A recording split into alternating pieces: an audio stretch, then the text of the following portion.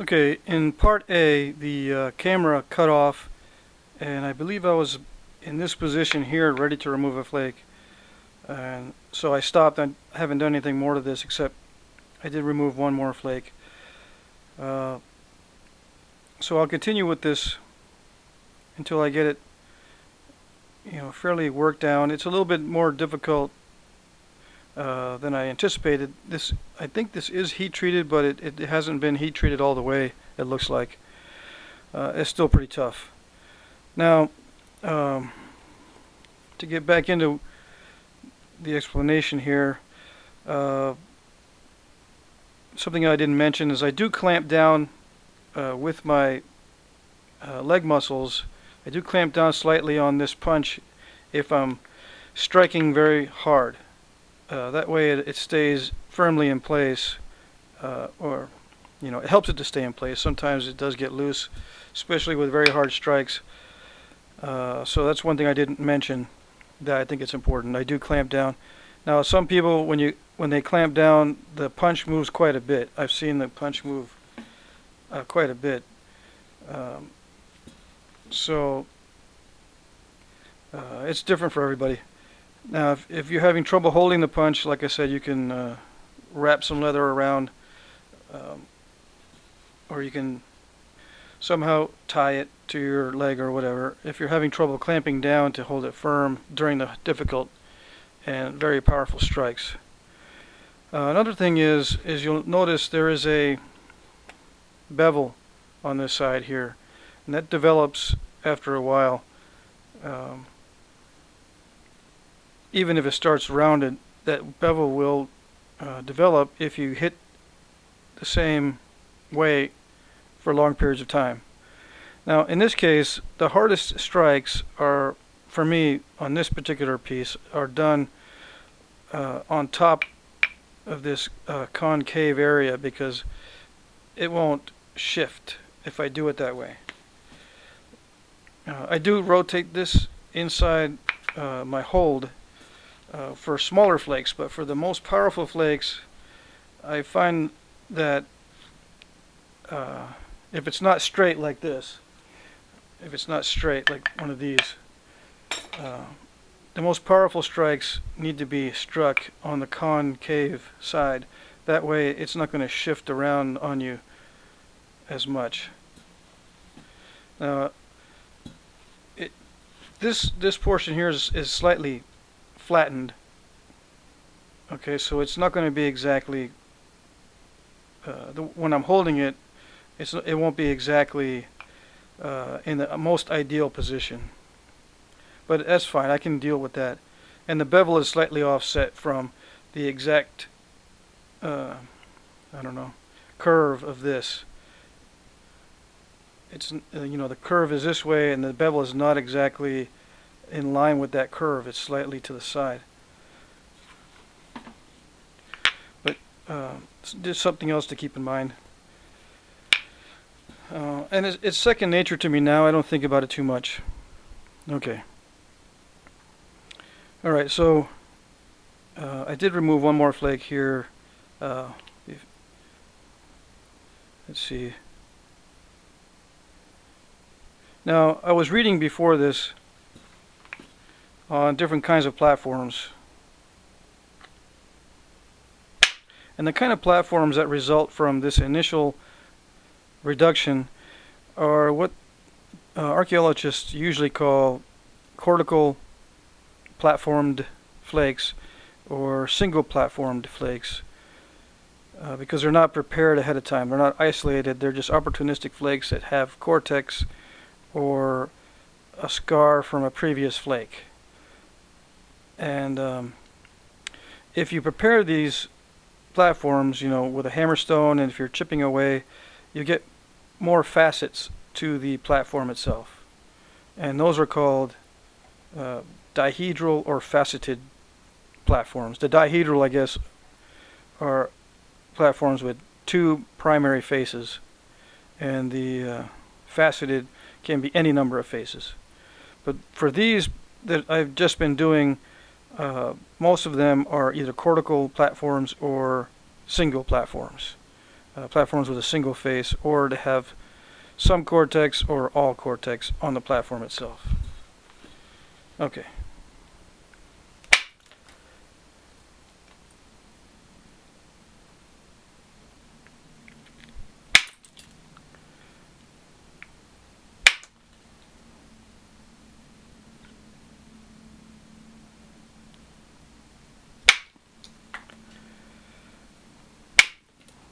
Now the style of flaking that I'm doing, if you can see, is alternate. I call it alternate flaking, where you take it in one direction and then the other direction and the other direction, and you're using the scar from the previous flake removal as a platform for the next.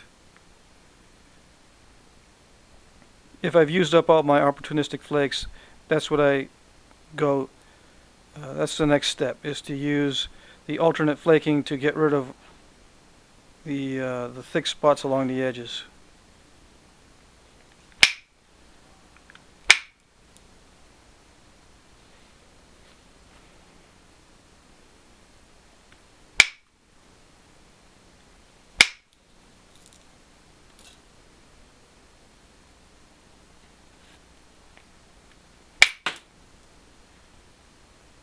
See, I took a flake that way, and now there's a single platform there, no facets on it, just the scar from the previous flake, and I'm going to strike on that.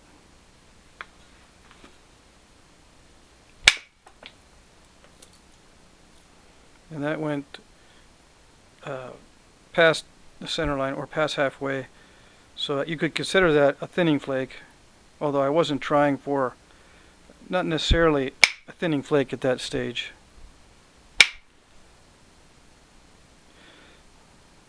This one has a nice ridge I could follow here, so that's what I'm going to try to do.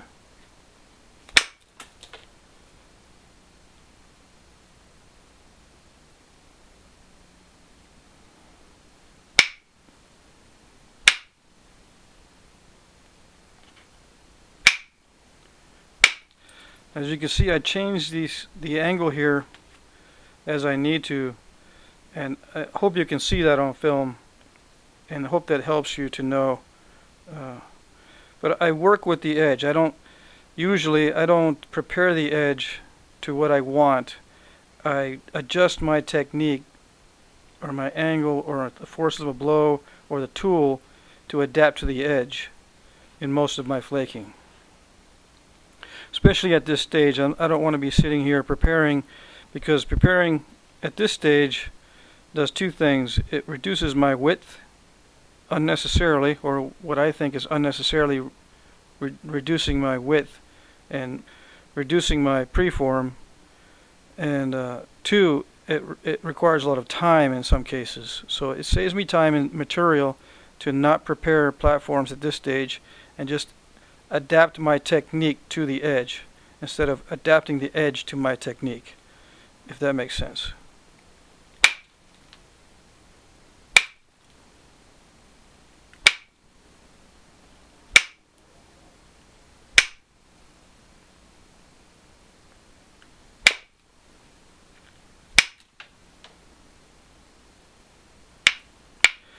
Now, I've got almost all of the original surface removed, except for right here.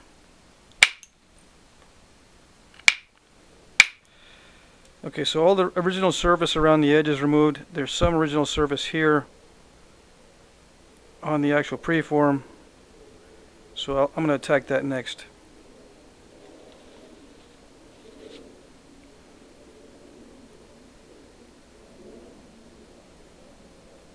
And I have some width here.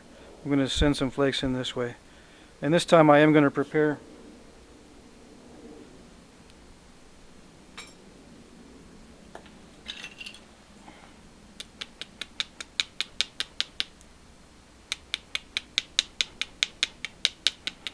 Because I'm trying to target a certain area.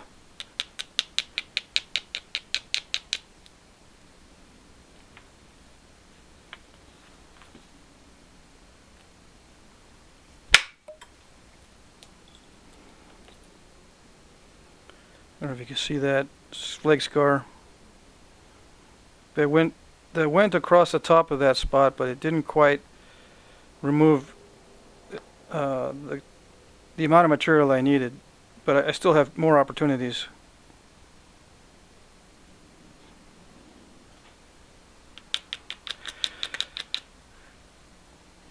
And I'm still doing two things. I'm still kind of adapting my strikes to the edge and then adapting the edge to my strikes. Right now it's like 50-50 because it's not totally perfect, these platforms, but I can work with them by adjusting my technique.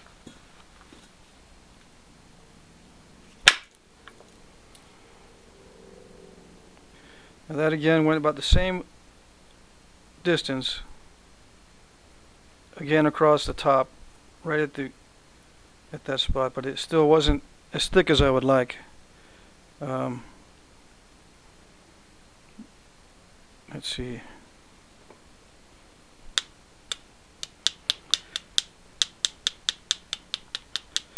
If the flake is thicker, you can remove more of this mass, but the platform has to be bigger to remove a thicker flake.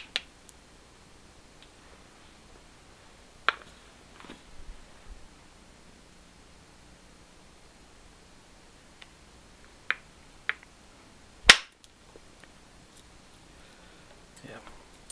That one's actually very wide too, which is not bad at all. It removed all the previous scars. It's very wide. It flattened it.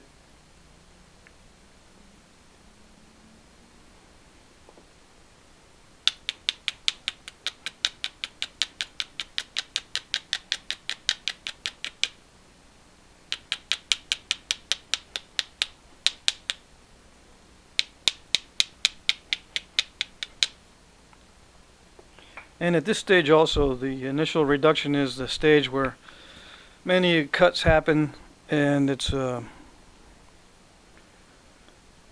usually where you're going to get cut, as you can see.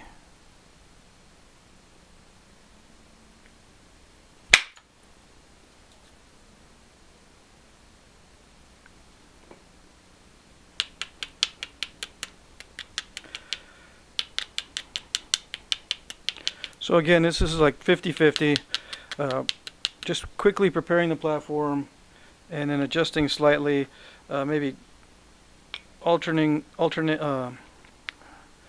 maybe repositioning this slightly so I can get not a sharper, but a smaller point of contact to get into the areas that I just dulled, instead of spending time creating a big platform.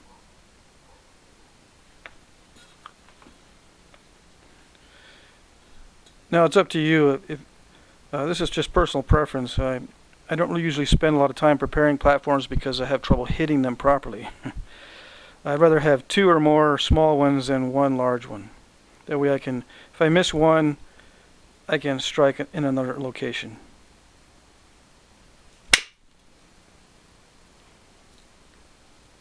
That was a very hard blow. And that did go where I wanted.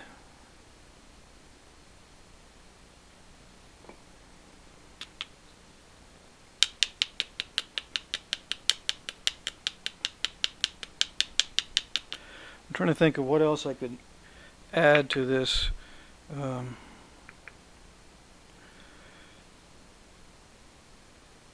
My grip on the stone itself is not very tight. That's another thing, and neither is my grip on the baton or on the mallet. The primary grip is with these two fingers, maybe this one also, but the primary grip is the lower fingers. That way it has more of a swing, not a push. It's a swing, because I want this end of the mallet to do the work. I don't want my arm to do the work. I want just a swing with a lot of velocity to do the work. And I don't tighten up my grip, so I'm not going to get knapper's cramp in my hand. I firm up my grip so that there isn't much movement, but it's not like it's not tight. It's not like I can't pull the workpiece out of my hand. I still have the ability to, you know, if I think about it, I firm up my grip more than I hold it tight. But it also depends on the size of the preform and the force of the strike. With a small, relatively small preform like this, I do need to grip it fairly tightly so it doesn't slip. But it's not like I've got a death grip on it, and it's not like it's going to give me a cramp. This type of fast strike with a small point of contact can release a flake without much shock to the piece. So it doesn't require me to hold it extremely rigid. I'm not backing it up either with my other leg. This is out in the air because the nature of these strikes allows me to remove a flake without much shock to the piece itself, if that makes sense. So the way I'm removing these flakes is a lot like the magician's trick, where he sets up a place setting on a table and then whips out the tablecloth, and the place setting stays in place.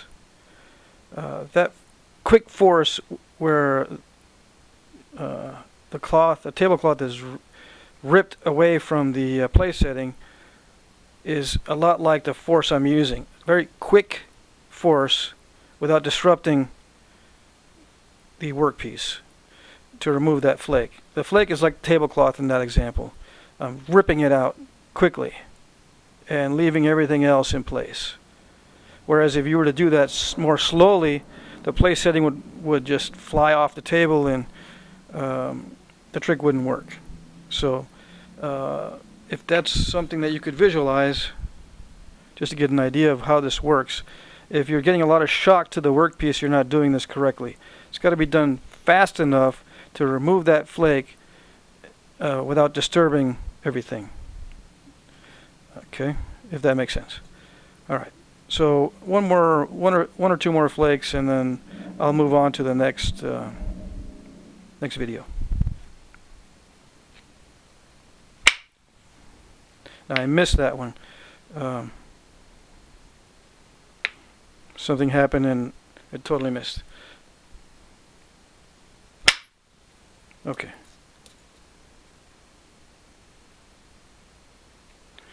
Now I still have two platforms. I don't know if you can see that, but that flake removal was right there. I still have two to try to finish removing this mass here.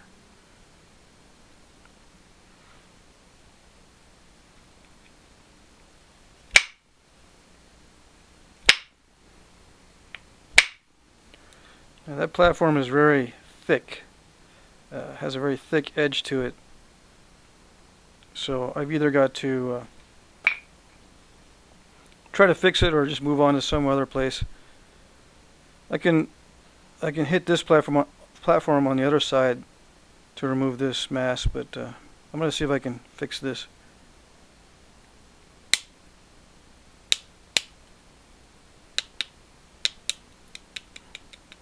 Yeah, I was able to remove quite a bit of that lumpy edge just by brushing. Okay.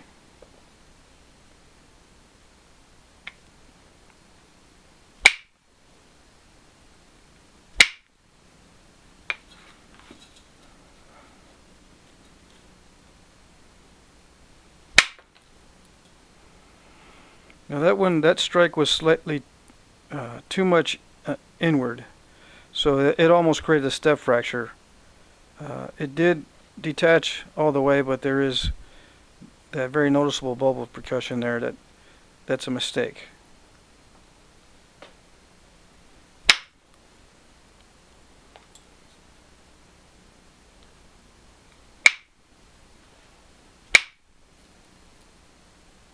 Yeah, that one overshot the edge slightly. Took off some of this other edge from that strike on the tip. And again, these little overshots, although the edge looks like it can be struck now,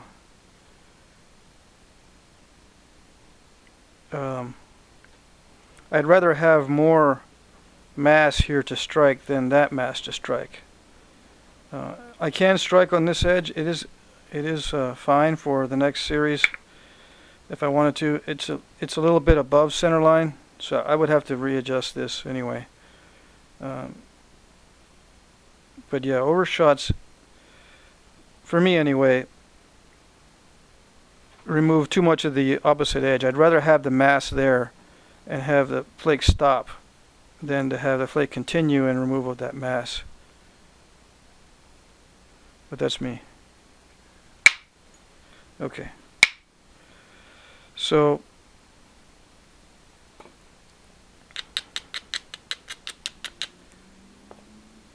one or two more.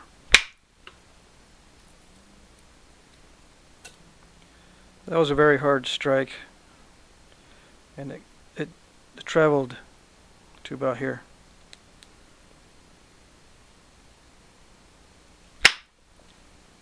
And those flakes are hitting me right about here on the knuckle.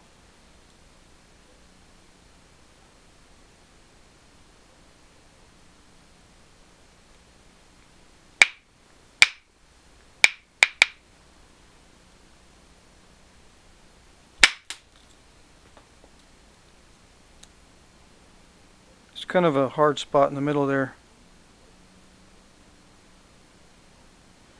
I don't know if you can see the thickness.